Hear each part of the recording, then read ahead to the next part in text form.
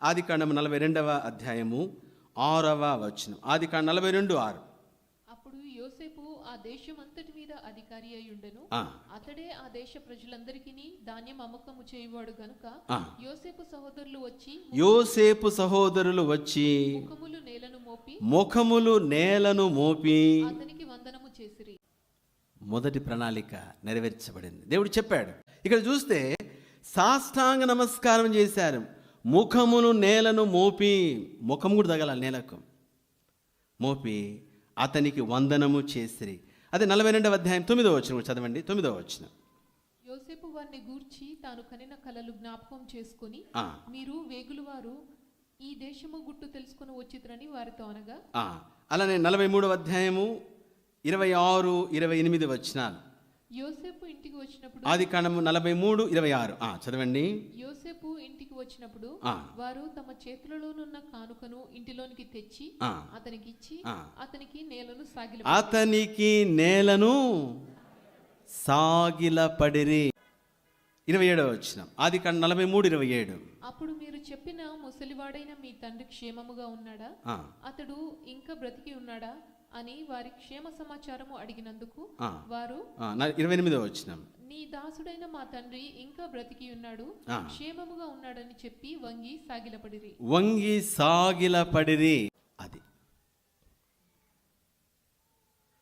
దేవుడు ఏం చెప్పాడో ఎగ్జాక్ట్లీ నెరవేర్చాడు. కాబట్టి దైవిక మార్గము, దైవిక ప్రణాళిక ప్రకారము నీవు దేవుని మార్గాలు తెలుసుకోకపోతే దేవుని కార్యాలు జరగవు.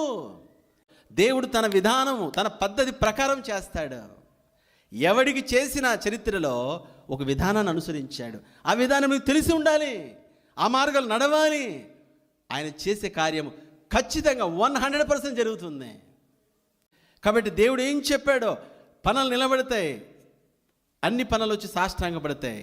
సాగిలపడిని, ముఖములు నేలను వంచి సాష్టాంగ నమస్కారం చేశారు. దేవుని బిడ్డ చెప్పింది ఎవరు? హల్లెలూయా. దేవుడు చెప్పాడు, జ్ఞాపకం ఉంచుకో. వాగ్దానం ఇచ్చింది దేవుడు ఇచ్చాడు. ప్రణాళిక కలిగి ఉన్నది సృష్టికర్త, క్రియేటర్. ఎవడు ఆపగలడు? ఈ భూమి మీద ఆపగలిగిన సత్తా ఎవడికి లేదు, ఎవడికి లేదు. అయితే నీకు ఆయన వాగ్దానం చేసి ఉంటే, రెండవదిగా ఆయన మార్గాల్లో ఉంటే. దేవుని బిడ్డ, ఒక సత్యం ఏమిటంటే, మనం దేవుని చేత ఏర్పరచబడిన ప్రజలమైతే, ఆ దేవునితో మన కనెక్షన్ నిజంగా ఉంటే, ఏది మనం ఏం చేయలేదు. ఏది జరిగినా అది మనకు అనుకూలంగానే, చెప్పండి, అంతే తిరుగుతుంది, అంతే. మనం చూసాం ఇప్పుడు దాకా. యోసేపు ఎక్కడి నుండి తీశారు, ఏం చేశారు, ఏం చేద్దాం అనుకున్నారు, ఎక్కడికి వచ్చిందంటే కాళ్ళ మీద పడే దగ్గరికి వచ్చింది, అంతే. కాళ్ళ మీద పడాల్సిన ప్రణాళిక లేకపోతే ఆ కళ వచ్చింది. అదే ప్రకారం దేవుడు ఏం చెప్పాడో ఎగ్జాక్ట్లీ కాళ్ళ మీద పడేశాడు. అందరూ వచ్చి సాష్టాంగపడ్డారు.